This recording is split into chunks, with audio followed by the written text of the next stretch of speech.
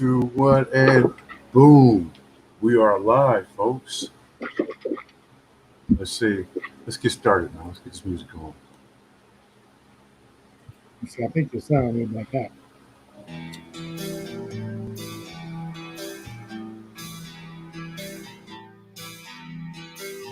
No.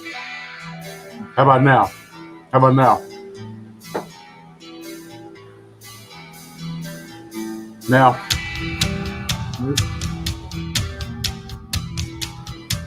Now. How about now? Yeah.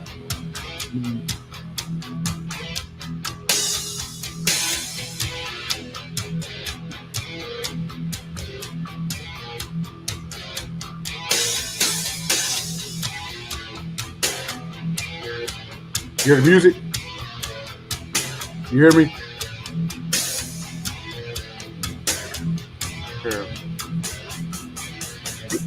How about now?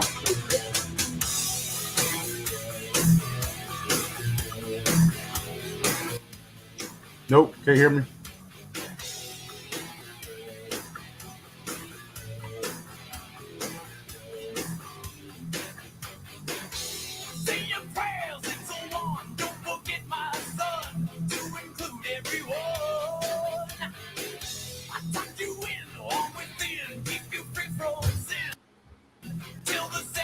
Okay, I got you. I got you. How about now? You're great, man. It was on my end. I'm good now. Y'all good. Super cool.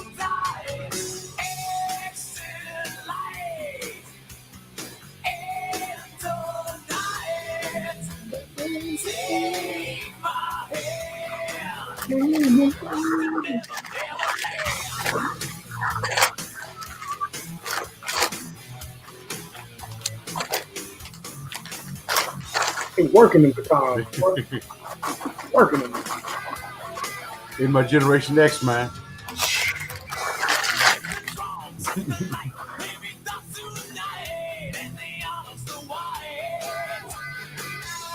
Ooh, Pink Floyd.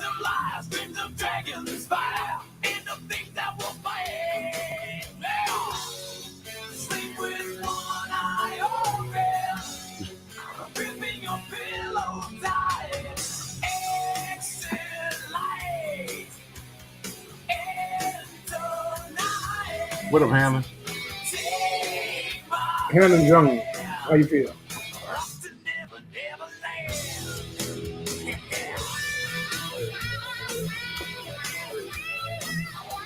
Come on now.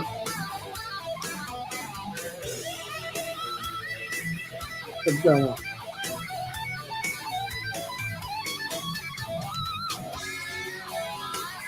Yeah.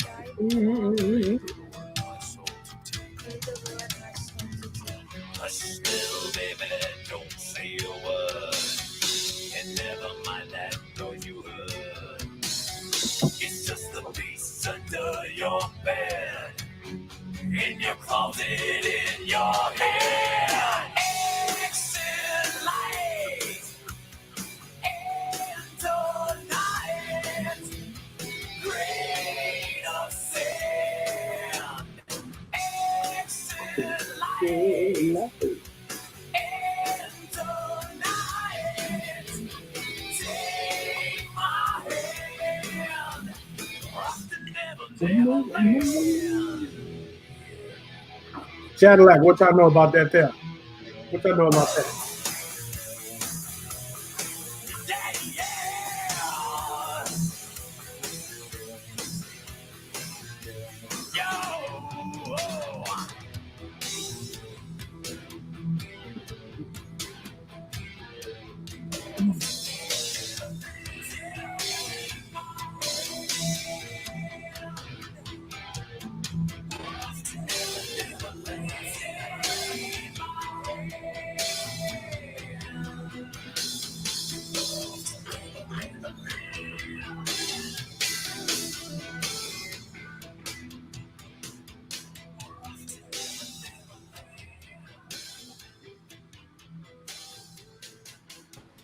I had to play this one, the problem up, man. I had to follow the Stone Temple, man.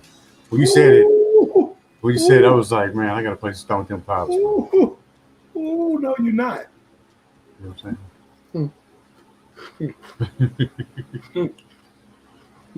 Let's see what This happens. is a song called Plush. Come on now. Come on now.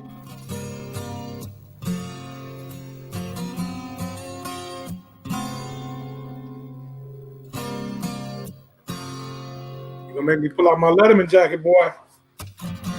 And I Pull it out. feel the time's a ways to go. So where you going to tomorrow? And I see that these are lies to come.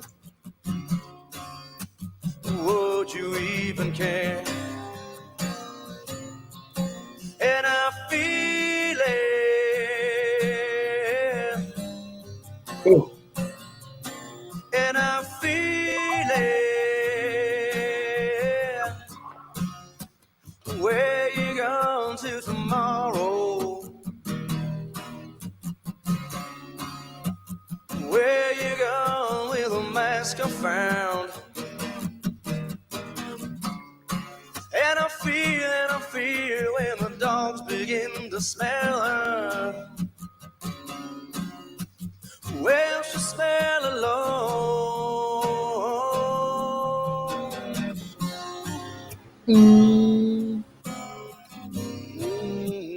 Hey.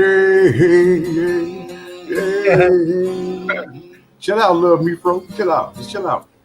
What up, love me, fro? You already know.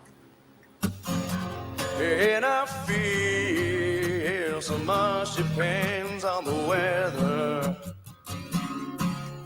So is it raining in your bedroom? And I see these are the eyes of disarray.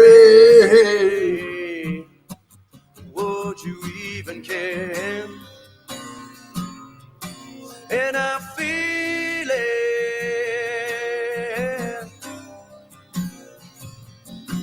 And she feels it. Where you going to tomorrow? Where you going with a mask I found? And I feel when the dogs begin to smell her. Well, she smell alone. When the dogs you find her, got time Wait for tomorrow to find it, to find it, to find it. When the dogs you find Stone Temple Pilots. got time to Wait for tomorrow to find it, to find it, to find it. Hey. Oh, yeah.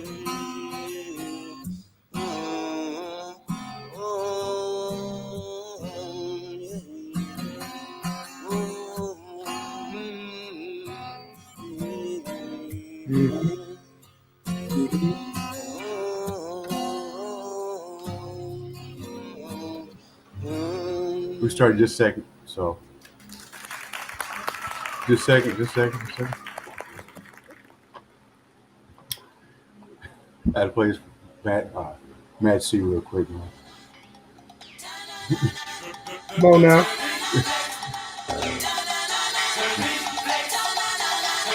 Let's see.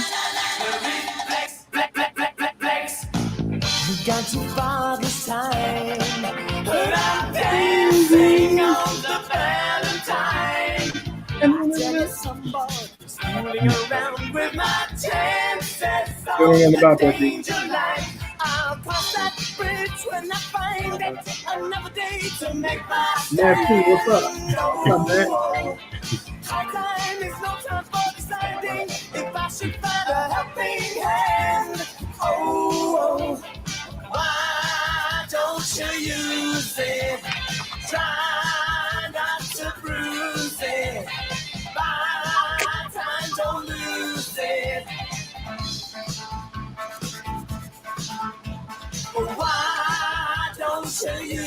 it. Try not to bruise it. Come on. All right.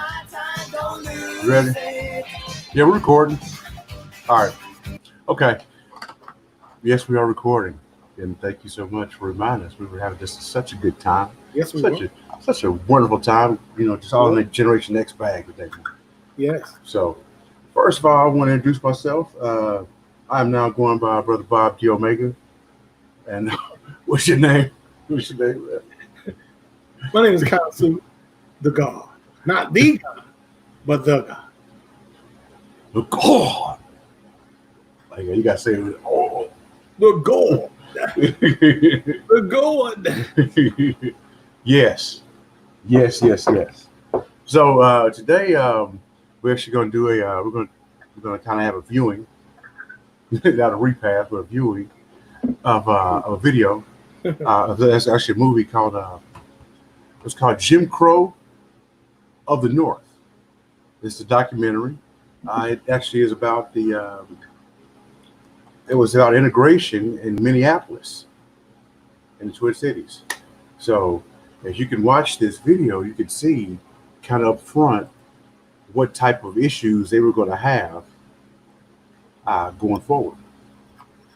So y'all know how we start everything here first. Start off with the, you know how we get it. Let's see.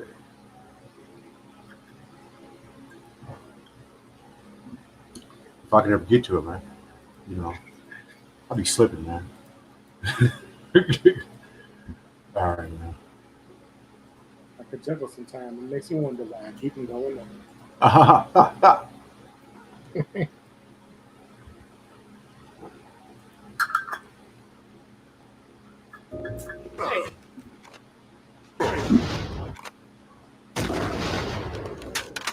Watch where you walking, nigga.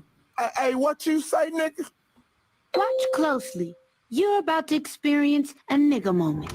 Webster defines the nigga moment as a moment when ignorance overwhelms the mind of an otherwise logical Negro male, What did you say, bitch, nigga?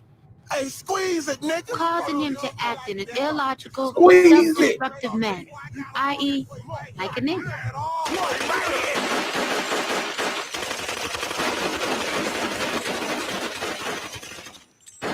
Nigga moments are unpredictable.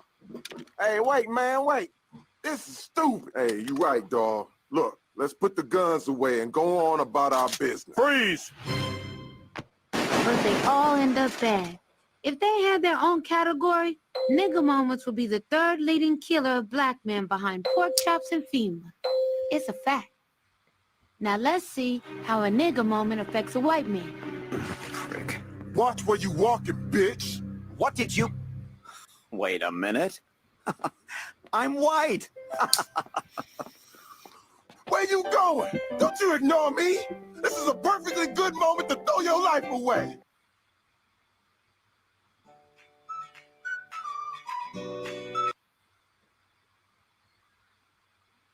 All right, man. Right. The cutest baby lion cubs compilation. All right, y'all. So as you know, man, nigga moments of any type will not be tolerated. If you feel like you're gonna act a full, complete nigga, you can go on and get your nigga ass up out of here. Ride out, man. You know what I'm saying? And we're about to watch this. We're about to go ahead and watch this movie now, man. So let's For sure. put it on. For sure.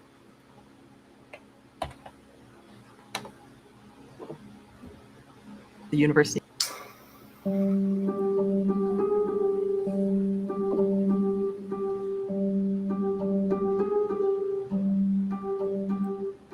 This mob of over 100 people marched on an African-American's house in October of 1909 to try to stop this family from moving in.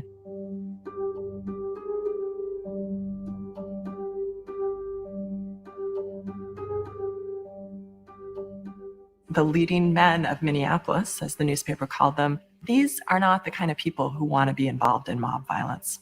And they don't have to, because they have other tools that they can use.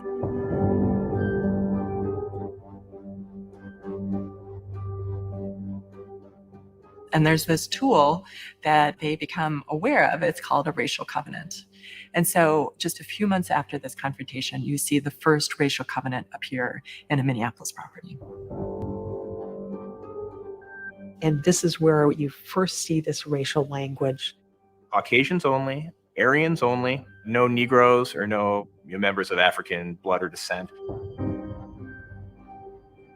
100% of them were aimed at Black people. In many ways, racial covenants, this is kind of ground zero of residential segregation.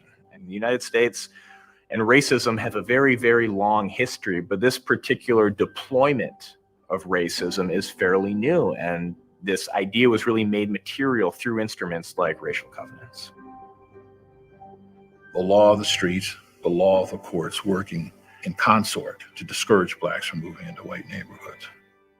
It starts out as private property developers, but eventually you have the federal government encouraging these racial covenants, demanding actually that any investment they make is protected with this kind of racial exclusivity.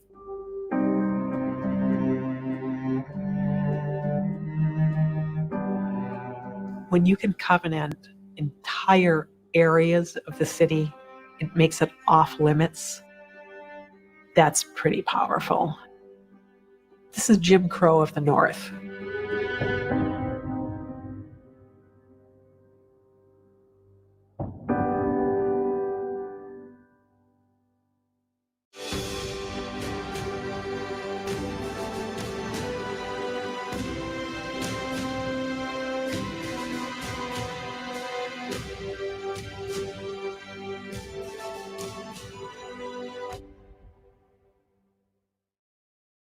Hello, I'm Toussaint Morrison, and this is Minnesota Experience.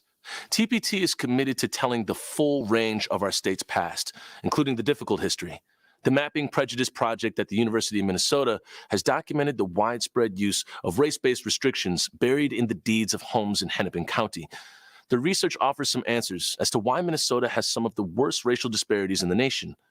Our new documentary explores this history, which amounts to what some researchers describe as a hidden system of Jim Crow of the North.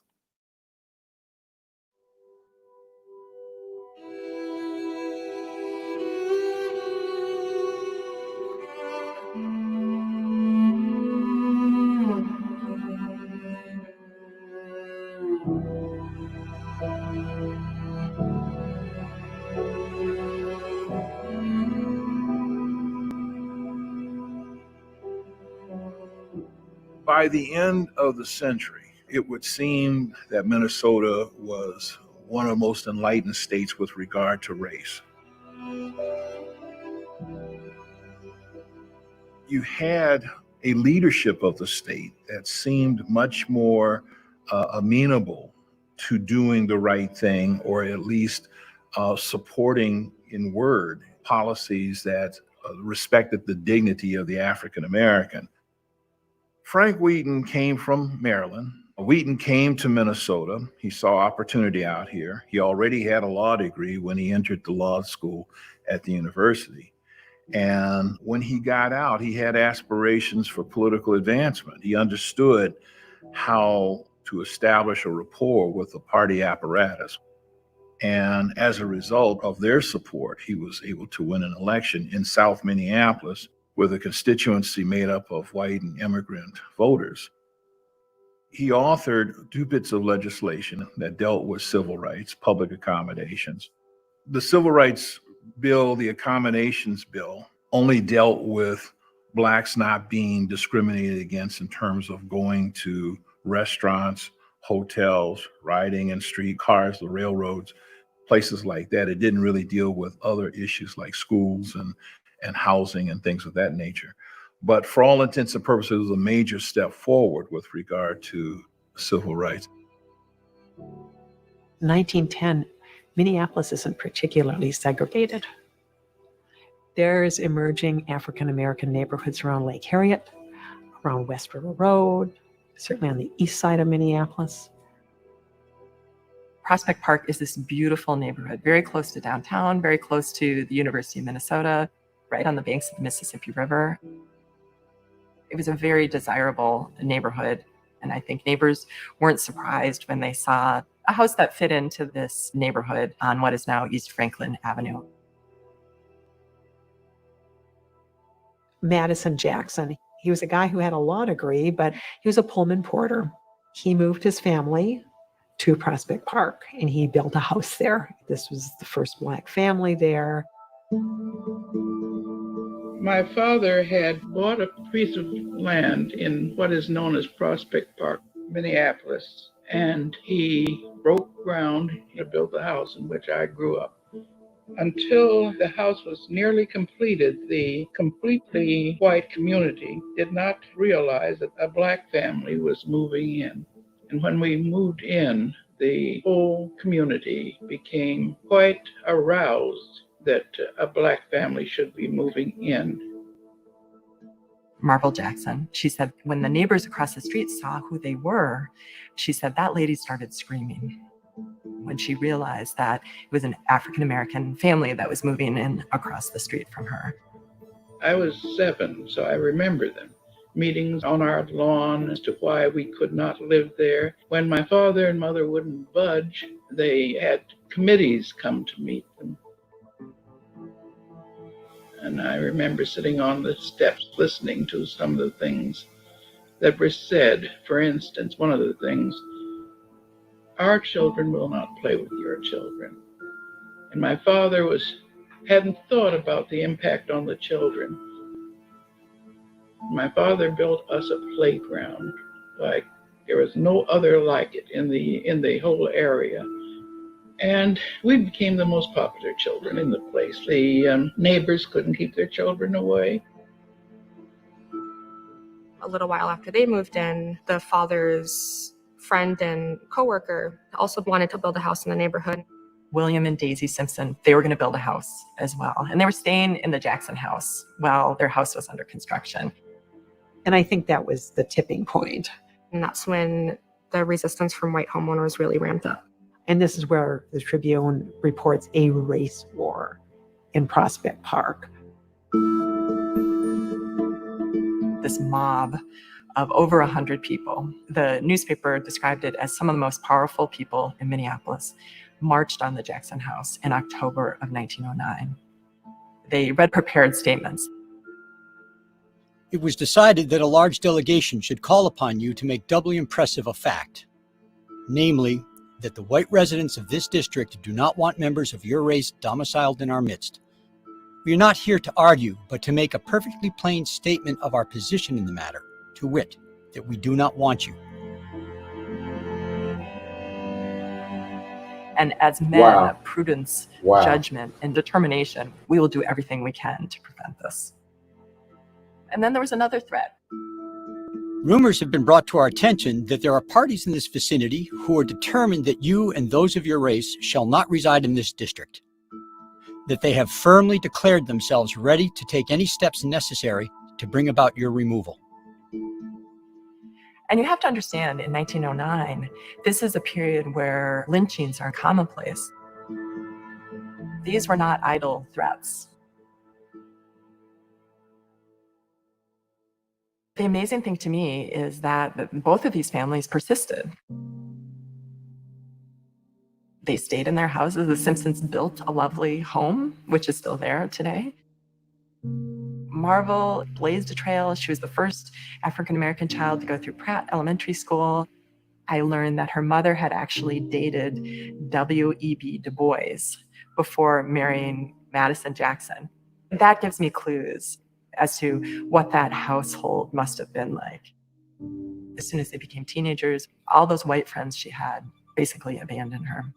It was conscious as fuck. At that time, I determined I was going to get out of that kind of society and go where my people were. She went to the University of Minnesota, where she dated Roy Wilkins and was engaged to him briefly. As soon as she finished at the University of Minnesota, she got out of Minneapolis. Her parents had protected her, I think, from a lot of the racism in her childhood. But when you get to be a grown-up, you certainly can experience this more. And she realized there was really no place for her here. Well, Minneapolis's loss was the Harlem Renaissance gain. What up, Sue? She ended up moving to New York City. She ended up working for W.E.B. Du Bois. She ended up becoming one of the premier African-American journalists in the country.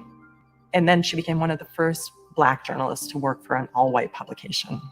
So she has this incredible career, incredible talents, gifts, passion, and Minneapolis lost her. Madison Jackson died in 1927. Once he died and they sold the house, both families left Minneapolis. And I just wonder what it would have been like, if they had been welcomed. If Prospect Park had become an enclave for Black intellectuals and Black civil rights activists. What would that have been like? How would the city be different? And that's what I think about a lot when I think about this story. That's a big question right there, brother.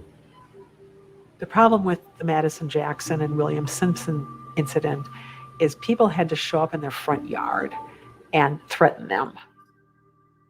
And this was in 1909. I don't think it's any coincidence that in May of 1910, the first racial covenant shows up in South Minneapolis.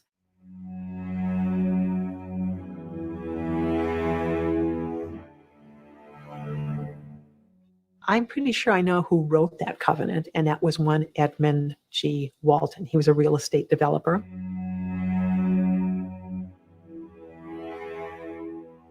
The legacy he left on Minneapolis, there's Edmund Boulevard, there's all these additions with his last name. Really, probably the most important and the worst was this legacy of racial covenants. So when people purchase a home, traditionally you get an abstract package, and it shows every time your property, the property that you've just purchased, changed hands. And in Minneapolis, properties that were platted after 1910 are very likely to have these racial restrictions embedded in the property deed. Covenants can be building covenants, they can be setback requirements, but the racial covenants that we're concerned with tells you who can or cannot live, lease, even occupy certain spaces. Racially restrictive covenants, private contracts between individuals that allow them to dictate. You see, they included the Moors, man. The Moors, Turkish, Mongolians, Africans, they want to cover everything, man. So even if you say, man, I'm a Moor, they say, you know what? Hey, you count too. To whom they'll sell their property. Identifying racial covenants, however, has proved remarkably challenging.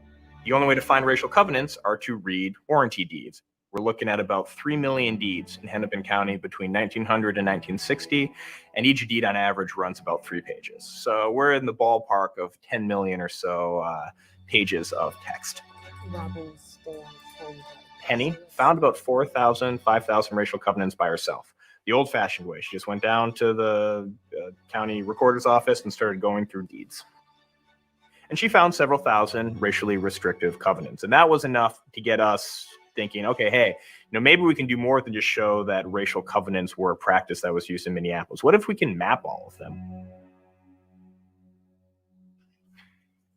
The first map that Penny made was shocking. I was shocked when I saw this, and I was shocked when she started reading me some of the language of these racial covenants. The wording can be very different. They're working on early 20th century ideas of race. Chinese, Japanese, Negro, Moorish, Turkish, Mongolian, Hebrew, sometimes Semitic. People of African blood or descent. No Negroes or Jews. Only Caucasians, except for their domestic servants of a different race who might be domiciled with the owner. Many of them were written during the period where eugenics is at front and center of American scientific thought, and that language is often what you see in these deeds. Only people of the Aryan race can inhabit this land. Or the Aryan branch of the Caucasian race. I think one of the surprising things that I found in this research is 100% of these covenants are aimed at African Americans. Oh, there's that. That's Black. What, 100%? Here's the legal description. What we're doing with Mapping Prejudice is we're using digital tools to do a lot of the heavy lifting to help us identify the deeds that do contain racially restrictive covenants. Covenants exist across the country. People say, well, why aren't you doing this for St. Paul too? I know there are covenants in St. Paul.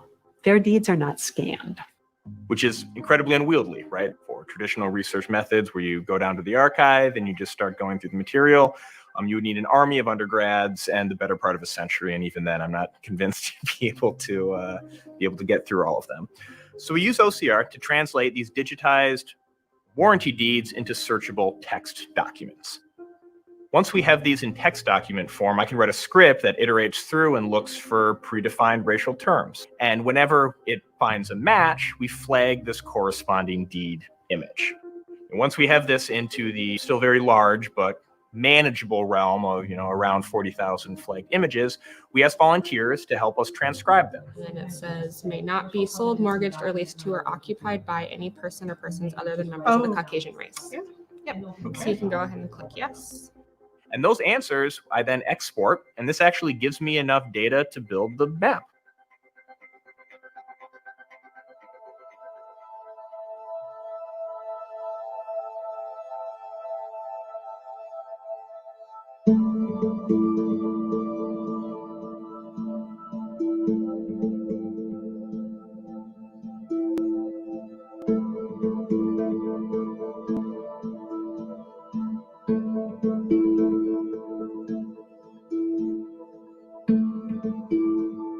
Planning has always been intentional. Space has always been intentionally manufactured to shape and represent values. The question is whose values and for whom's benefit. And I'd argue historically, low-income folks of color in particular, and larger racial and ethnic groups more broadly, have not been at the center of the benefits of urban planning. The covenants were first put in 1910. But at that point, developers could start buying up large sections of farmland that had joined the city. When a developer buys what used to be a farm on the outskirts of town, they buy it, divide it into 6 city lots, and sell the individual lots off. At that point, when they start selling off the individual lots, that's really when the racial covenants kind of injected into the property record. So people like Samuel Thorpe Brothers, could buy this up and just plat it and lay it out as they saw fit and put in covenants. It was a very efficient way of doing this. There's this real estate convention. It's there that J.C. Nichols, who runs the Country Club Estates in Kansas City, gets up and said, a few years ago, I was really hesitant, but now I can't sell a property without them. And Sam Thorpe was certainly there. He was a retiring president. He comes back and in August of 1912, buys up the land that will become Thorpe Brothers Nokomis Terrace. And that is the first fully covenanted edition that I know of. It talks about no colored people or other objectionable types. Mary Greer was a woman who inherited many of the Dorman Edition properties near West River Road. After 1910, she started putting in racial covenants. It will never be sold or transferred or leased or conveyed to anyone who's a Negro. And that goes for people who are living with Negroes or married to Negroes. She adopted that early on. Her first one shows up about 1911 or 12. And you see this all through the teens and 20s with her. And Edmund Walton did the same thing along West River Road. At one point, I think they said he had bought up 437 acres along the river. He had gone in 1910 from sort of surreptitiously putting these covenants in, not recording them. Less than a decade later, he was bragging about them in the newspaper. There was an ad, and he printed the covenant, which shows you how quickly they were accepted. The Supreme Court even held that restrictive covenants were constitutional. This was in the case of Corrigan v. Buckley. And it was in that decision where the court resolved that restrictive covenants are contracts, and as such, they are lawful. Now, forget about the fact that they discriminate, and forget about the fact that once we say these contracts exist, we are bringing up a violation issue of the 14th Amendment. Forget about that. The key thing is that the Supreme Court validated segregation, validated discrimination. You have the full force That's of the the law, issue. the court system determining who could go where. And what will happen as a result of that is you'll see efforts to ensure that a denial to one of the most basic foundations of opportunity for African Americans will be codified in the United States as a result. You had not only the courts supporting it, but also a kind of license of sorts of people going to the streets and harassing blacks who moved into white neighborhoods.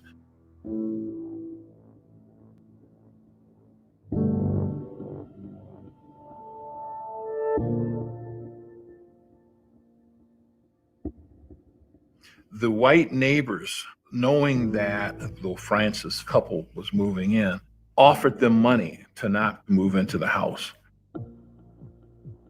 William Francis and his wife Nellie, who is one of my heroes, rejected that and moved in, and as a result faced all kinds of harassment. The Francis family Hey, did sis, how you not doing? live there for very long because shortly after moving in, William T. Francis was appointed to be the consul to Liberia, in effect an ambassador, and so they moved to Africa. It's an example of how even the most prominent of African Americans in Minnesota at the time, who had established contacts with some of the most powerful people in American politics, Nellie herself had personal audiences with Andrew Carnegie and 3 U.S. presidents, that despite their successes and their influence, could still be exposed to racial animus. So it shows the intensity of property values, the perception of property values and race.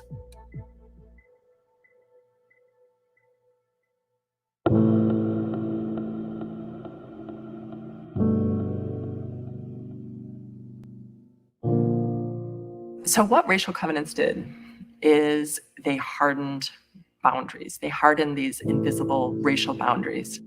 It's interesting because even in neighborhoods where there maybe aren't any covenants, just being in proximity to covenants is really powerful for keeping that neighborhood white still.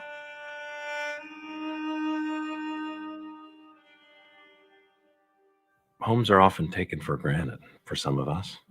Instances like the Lee family faced makes us realize that a home is a kind of fragile thing. It's a 1.5 story, quite modest bungalow. You wouldn't particularly notice it, but when you know anything about its history and the story of the Lee family, it becomes quite powerful. Arthur Lee was a World War I vet. He worked for the post office. He had a good, steady paycheck at a time when 30% of the city is out of work. So he finds this house that someone is willing to sell him on 46th and Columbus. It was not covenanted. They had the temerity to violate what is at that point this boundary in the urban landscape. So Arthur Lee, he moves into the house. First the neighborhood association gets together and they try to buy him out. They contact the bank, they contact different lawyers, they try legal means. In July of 1931, by newspaper reports, 5,000 or 6,000 white people at any given time are milling around his house, trying to drive him out. Dang. Black paint was thrown on their house. Their dog is poisoned. Vandalism, intimidation. The family has to sleep in the basement. They had the sense that they had set these boundaries, that no one was to violate them. This is just another tool, so to speak, this citizen terrorism. And in this particular case, Arthur, who was a World War I vet, Citizen terrorism. comes home to believe that his service to our country gave him the same access as his white counterparts, but learned very quickly that that was not the case.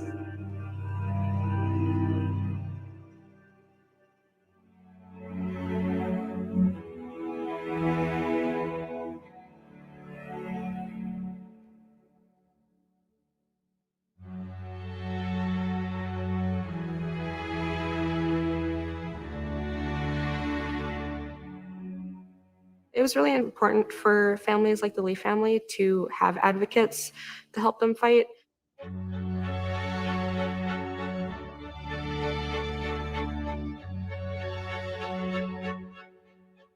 Being able to have lawyers like Lena Olive Smith and being able to have the NAACP on their side was really powerful in making sure that their voices were heard. The NAACP was definitely fighting against these racial covenants and these instances of racial housing discrimination. There's also smaller clubs and organizations that were really focused on fighting this.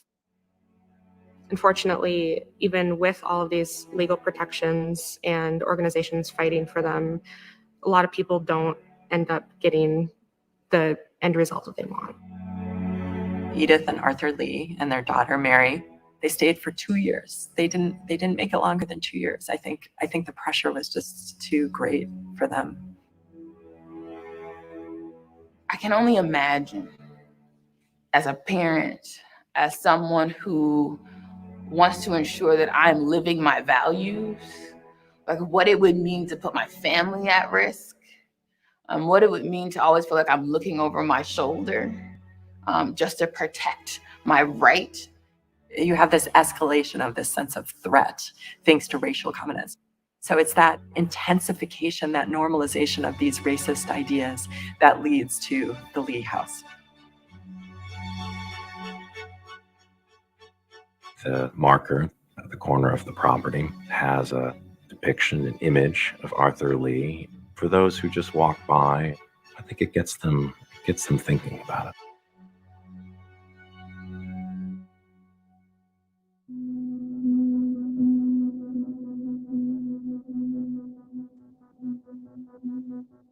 Homeownership is the basis of a happy, contented family life.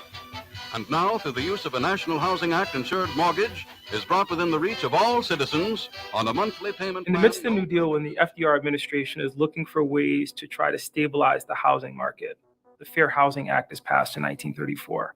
And as part of that, the Homeowners Loan Corporation is also established with the hope that if you could establish long-term mortgages with fixed interest rates, you could create pathways to homeownership for most Americans. This time they can buy this house with monthly payments that are less than they now spend for rent.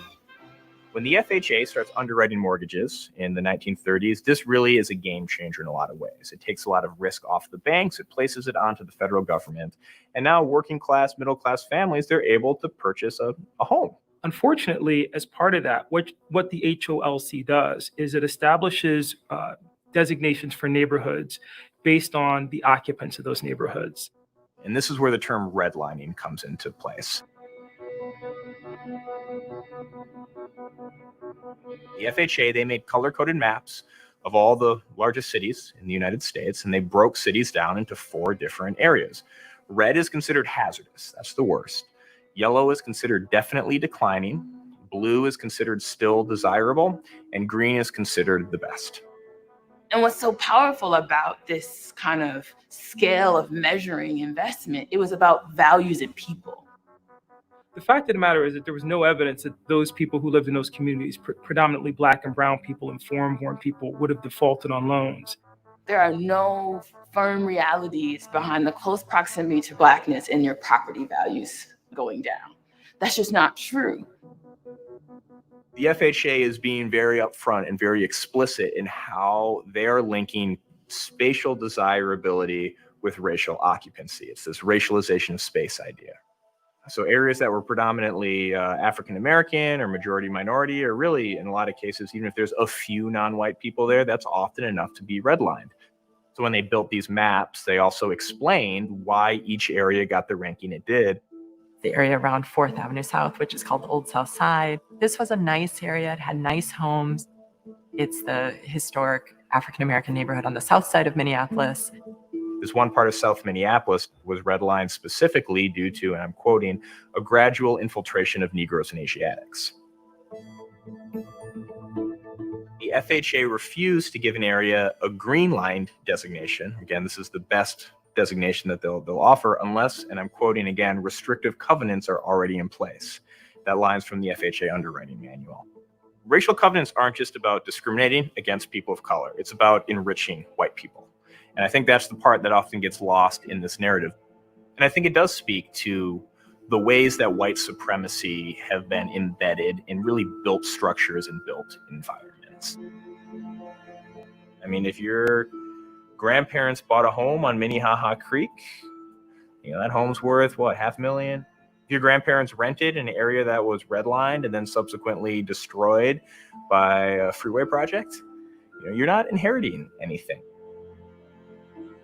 In a lot of ways, the practice of redlining, which didn't start until the 1930s, institutionalized and spread racial covenants all over the country because suddenly developers got sanctioned, they got direction from the federal government saying, this is best practices if you want to have a really high rating from us, if you want to get the most favorable terms for any loans. By kind of de-integrating Minneapolis, which in many ways is what racial covenants are doing, this set the stage and enabled all these subsequent systems of inequality to really take hold. This very persistent myth that northern cities never had formal segregation. The South had Jim Crow, and look at those signs. Well, racial covenants did the work of Jim Crow in the North, all over the North. Many whites simply were not aware that there was a segregation.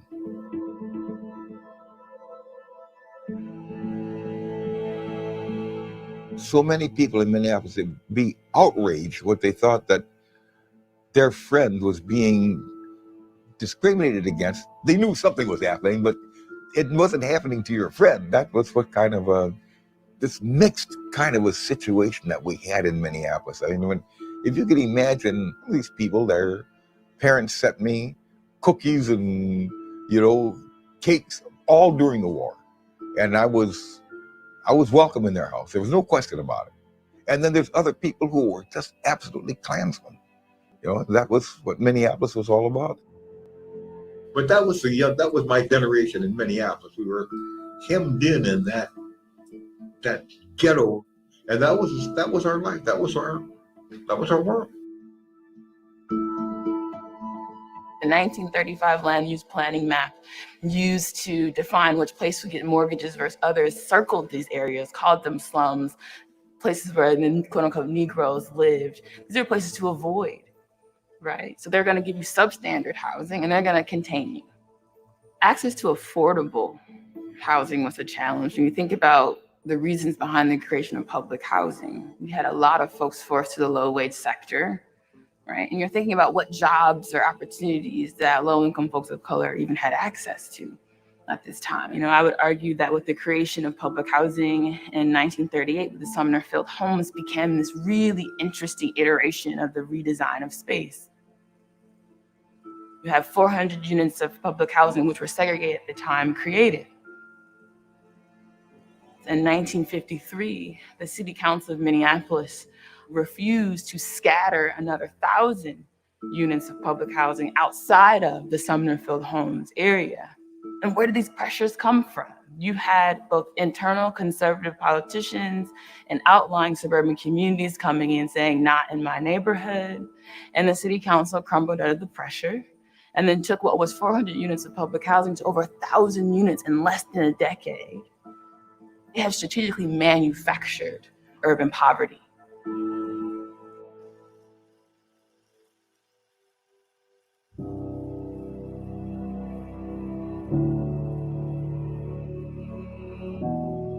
This history is very personal for me.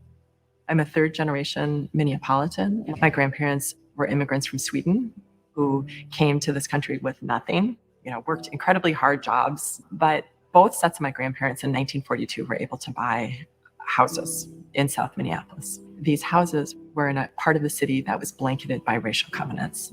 Because of those racial covenants, my parents grew up in neighborhoods that were entirely white. And in many ways, they described them as a paradise for children. They had wonderful parks. They had really solid schools that sent them to college. But no one in their neighborhood ever talked about the fact that this neighborhood was only for white people. And I want everyone with this map to imagine themselves in this landscape of privilege and disenfranchisement.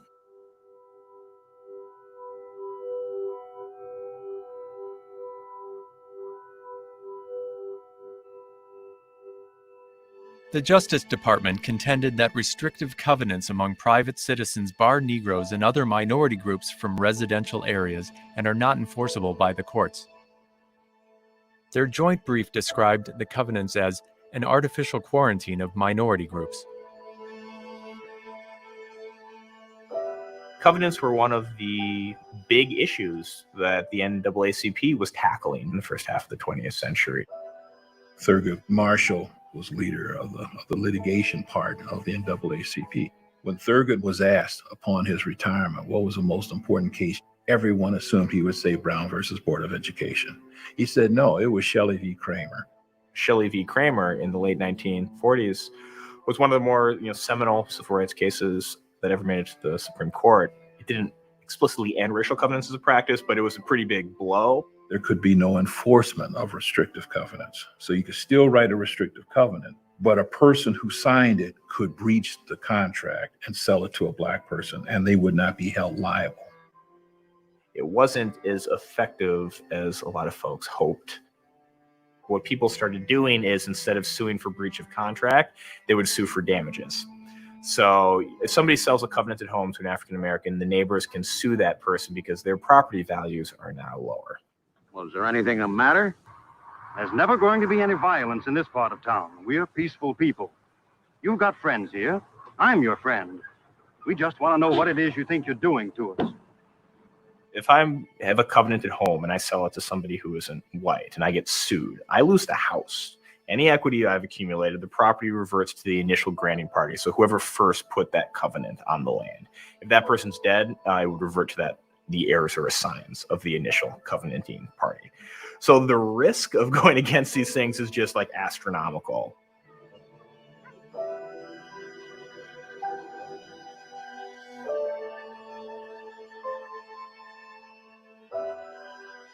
The restrictive covenants have already laid the foundation for a continued denial of equality for African Americans by virtue of these private contracts, which the Supreme Court will determine in 1948 are judicially unenforceable, but still legal. In fact, it plays out in a very powerful way in Lorraine Hansberry's play, A Raisin in the Sun. You know that money we got in the mail this morning? Yes, sir. But what do you think your grandmama done went and done? I don't know, Grandma. She went and she bought you a house. As that play was being produced, you have situations across the country, including one in Delaware, where a family in Collins Park are forced out of their home by a mob, and then ultimately the home is bombed. But what Lorraine Hansberry captures in there, in that wonderful passage where Walter Younger is kind of laying out what the foundations for freedom and equality will be for his family, and it's home ownership. One day, son, we're going to sit down and we're going to see all the great schools in America. But the pathway to that is the ownership of a home. And Lorraine Hansberry hit on something very powerful in A Raisin in the Sun, because it's playing out about this family seeking home ownership as a pathway to true freedom and true equality. And there is no one factor more representative of or more conducive to the economic well-being of the American citizen than the home in which he lives.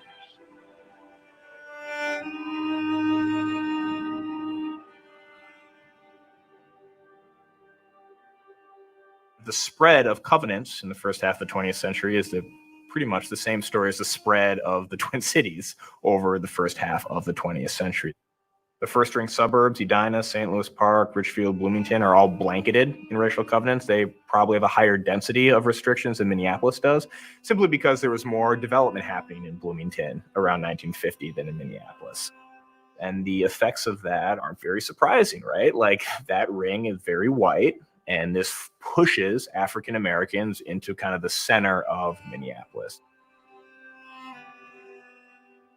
It denies them access to those mortgages. It denies them the opportunity to sell their homes. And in that sense, it closes off an opportunity to escape those communities, but more importantly, denies them the same pathway to the acquisition of wealth, home ownership, and then, of course, the sale of those properties and bequeathing those properties to their children.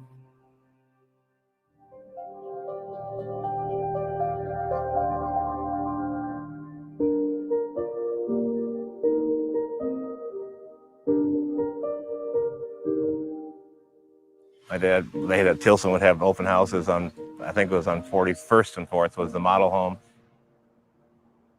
It was something to behold, because as a kid, you don't really understand what this desegregation meant or what segregation really meant and redlining. You didn't really know, but you saw people come in who knew what that meant. And in fact, I think the spokesman billed the Tilson Built Homes as possibly the first open housing event in the nation.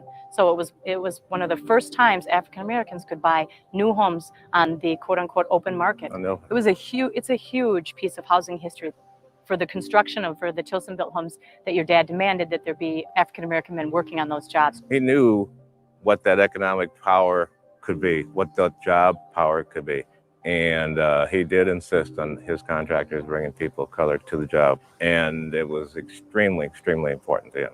And I think the fact that it started here, again, is something unique about Minnesota. At the same time, the disparities that we have now don't support that it was continued. No, it didn't to carry out throughout the whole community, that's for sure. The city, yeah. Right. It wasn't citywide. And so there is some significant divide that still lasts.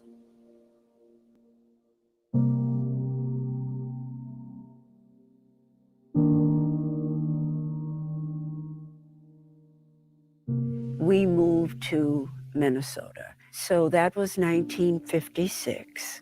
I felt we were very fortunate to meet the people we met, a wonderful community of Black activists and others. So I became involved in the League of Women Voters, in ACP. We were very much involved in issues dealing with employment opportunities, education for our children, housing discrimination. You are wondering what the Fair Housing March is all about. We are attempting to get a fair housing bill passed in the state of Minnesota now. I was wondering if you would contribute something to the Fair Housing March. I sure will. Thank you very much. There was the sense that what we needed to do was to really create a lobbying effort at the legislature in the 61 session to get fair housing introduced and passed in that session. So I was encouraged to be the chief lobbyist for that. And I invited my friend Matthew Little, Zetta Fader, and my friend Katie McWatt. We would feel that to deny some parts of the housing market the effect of the law is fraudulent in effect. Those who own property have a right to sell and a right to rent to whom we please. And the white people, the white race, had better wake up and see the handwriting on the wall before it is too late. To see that America, that part of America, St. Paul, become more truly what we call the American dream. It's going to be hard. It's going to cost money. You have made this mistake. Your forefathers have made this mistake. And it cannot be remedied without a lot of pain and suffering and the expenditure of hard, cold cash. I felt we were losing the vote. And so I went to Governor Elmer Anderson. He was a very open, fair, liberal Republican, one I knew and had a lot of respect for. So I went to the governor and I said, Governor, the housing bill is going to be defeated in the Judiciary Committee, and I'm very worried. And he went to his desk and wrote a note to each member of the Judiciary Committee, urging them to allow the bill to get out of the committee, that it was only fair and just in his judgment, and allow it then to be treated in the full Senate. And the bill passed by one vote. So it then got to the full Senate, where it passed, but again, narrowly. So that's back in 62, that Minnesota was one of the first states to pass a fair housing. Whereas Minnesota's Fair Housing Act becomes operative, an implementation of the law must come from the willingness of all of our citizens to cooperate for their common protection, as well as the belief that discrimination practiced against any individual is a threat to all. Now, therefore, I, Elmer L. Anderson, Governor of the state of Minnesota, do hereby proclaim Saturday, December 29th and Sunday, December 30th as Fair Housing Sabbath in Minnesota.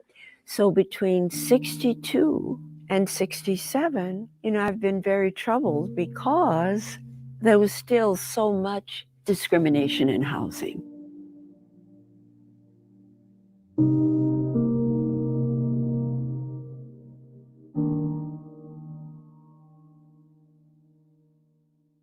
This week's program deals with the proposed Fair Housing Bill to prohibit discrimination in the sale or rental of housing.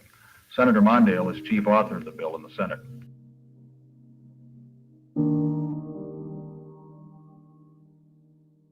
This is not an anti-riot bill, but at the same time, I think we have to be wise enough and mature enough to realize that these riots tell us something about the deep and abiding frustrations and sense of rage that exists in our American ghettos. There are compelling problems of injustice and unfairness in employment, housing, and education, and many other areas that we should have taken care of a long time ago.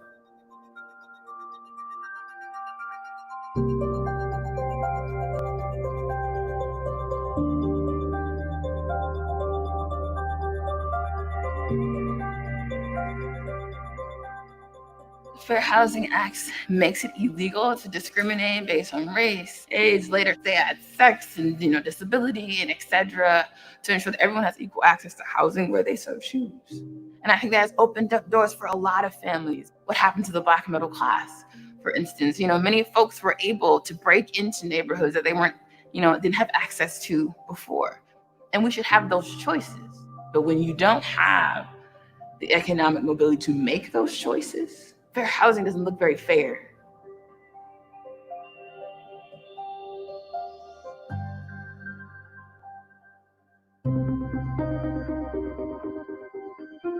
.35W, I-94, expand Hiawatha, expand Elsa Memorial. These were all explicitly and very intentionally run through these Black communities that emerged as a result of this kind of cordon of covenants that had taken place around the city. 35W going south. It was a dividing line between the folks on the other side of the freeway and the folks on our side of the freeway. It's interesting it brought people together in one sense, and we were able to create our own community around 38th Street and 4th Avenue.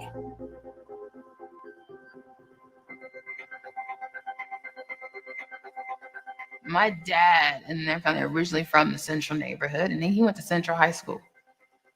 And they tell me these stories just about what they call kind of the Black Mecca in the Central neighborhoods.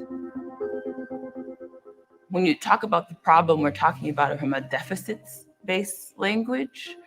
I also want to make sure we're talking about an asset-based language. I think we need to be aware of this kind of assault on the character of these places and take back that narrative in intentional ways. We're not going to be able to get everybody out of these discriminated areas because many of them are in the center of our cities, and many of these people want to live there, and they want this opportunity for home ownership. And the only way we can do it is by partnership between private industry and the lending business and our government. Our community was redlined. Simple as that. Now, as a community, we made the best of it, and we produced a great many influential people as well. And a lot of that came from having developed a pretty powerful community.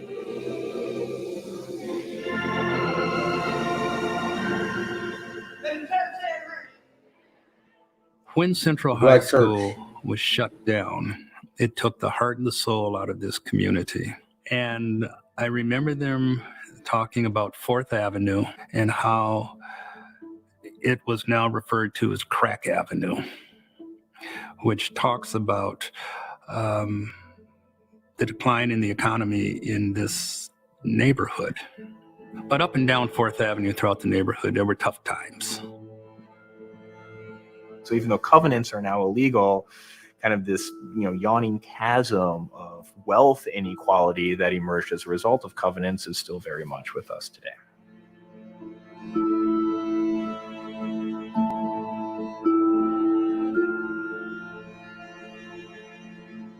Wow, did you see that, Kansu? 75% of white families in Minneapolis own. Did y'all see what they said? Yes. We want it back, man. We need these soldiers. We need. Wow. The result of covenants is still very much with us today. The worst places to live for African Americans in 2018. No wonder it's a flashpoint, right? Wow.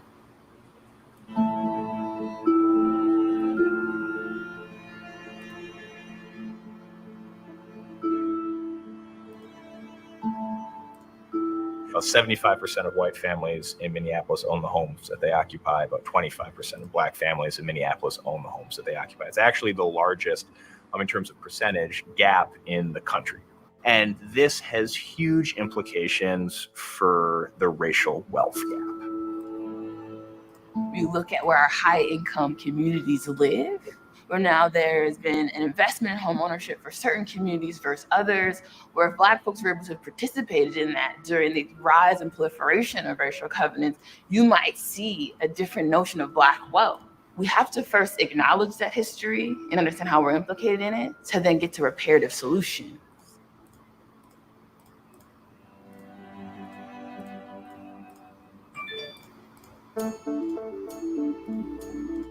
You do have a covenant, but it's... Mapping Prejudice Project is doing something unlike anything seen across the country, which I think is amazing. So they're mapping the history of housing discrimination.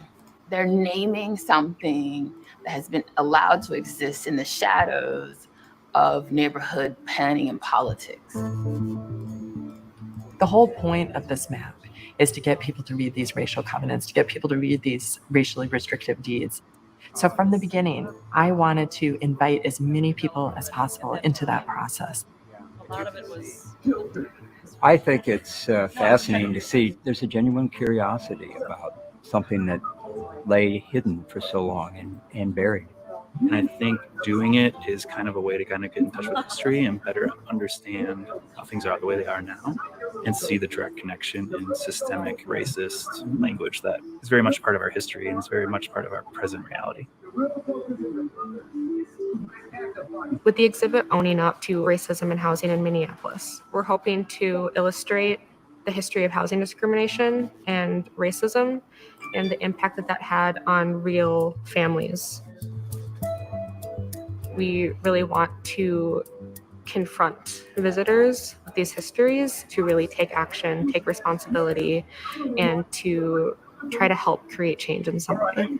At that point, with that particular need.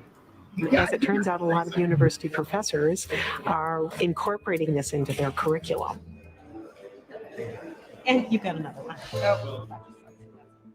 Once you see that in a deed, you think, okay, this is one, but there's thousands out there.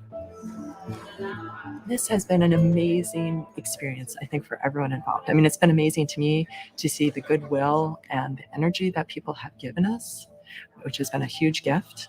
But I've also talked to people, and I've actually collected some data on what people say their experience has been. You know, these are mostly white people, and they have reported that the experience of reading these deeds has been transformative for them.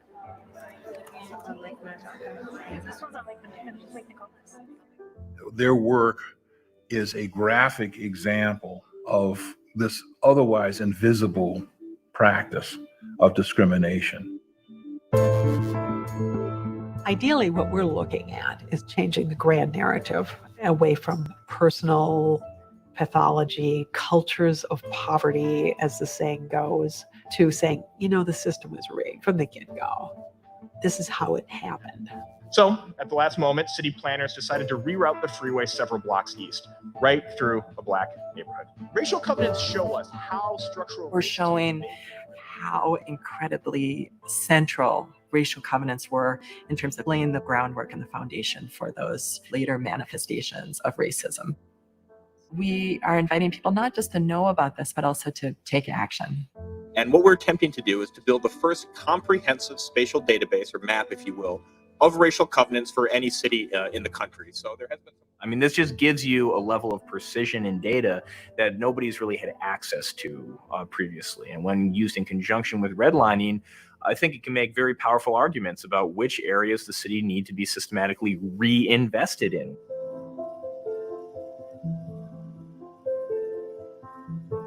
So it's real important to speak about the history of the community and figure out what made it click yesterday and implementing some of those same approaches tomorrow. And I see pieces of that kind of development of the community starting to surface.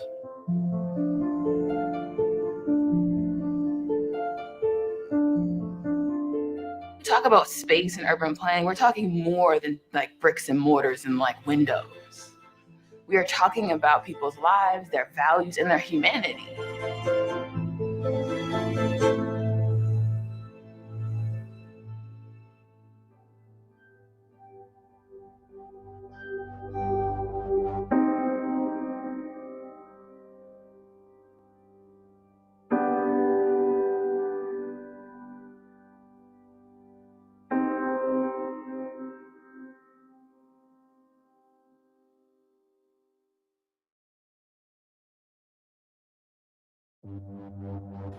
Wow. That was deep, y'all. That was deep, man.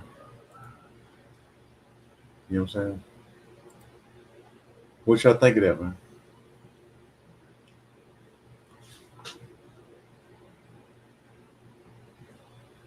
It kind of sets the stage and makes sense as to why Minnesota and Minneapolis is how it is now, why they're going through what they're going through now, man. And people, you know, they talk about what are reparations about. You know, why reparations? I mean, let's take slavery off the table. Okay, let's just take slavery off the table.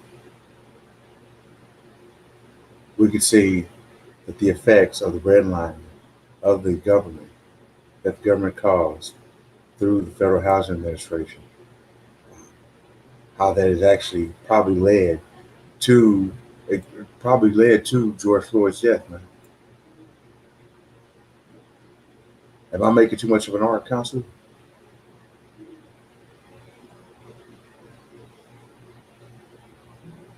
Y'all think I'm making too much of an art? Just like Mad Wild Boy says. Yeah.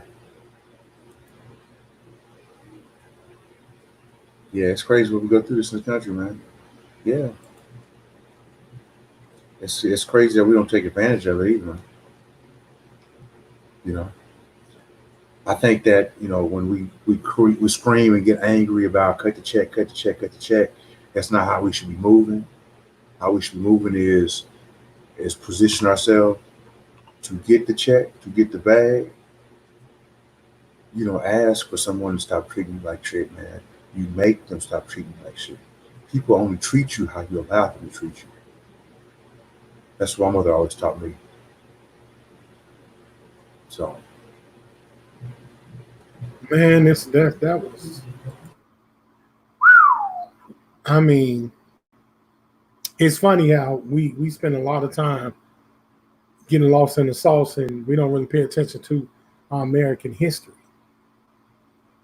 and we're not owning up to the fact that a lot of times, because I'm not missing nothing. What I'm here is Imam Bashir. Hold on. I don't know what the hell that was. But yeah, we're not owning up to the fact that we're not accepting issues that we need to address now. Now this was how long ago? And we got these bright ideas of, well, you know, we're going to make ourselves impressionable to white Anglo-Saxon Protestants. Yeah. We're going to go out of our way to please a narrative that we didn't write. We had no control of writing the Bill of Rights or the Constitution that did not have our best interests at hand. We went to a war. We was fighting a war we never got benefits from, which makes our black people who fought in these wars the most patriotic Americans of all time. Yep. Because they fought a war that they didn't even benefit from. Their own country wouldn't respect them, but they went to die. And these kind of things going on, it's crazy, man. I remember asking my grandfather, I was like, Granddaddy, because my grandfather fought Iwo Jima. I remember asking him, like, Granddaddy, why did you join the Marines? He said, because I wanted to fight. Wow. I wanted to fight for this country. You know what I'm saying? Yeah, that's crazy, man. Yeah, that's wild, man. Hope y'all enjoyed this this documentary, man. Hey. Hope it was educational. You know, fulfilled you. I'm about to go eat some quesadilla, man. Vegetarian quesadilla, bro. You know what I'm saying? I'll have to holler back at you in a minute, man. All right. All right, y'all. Peace.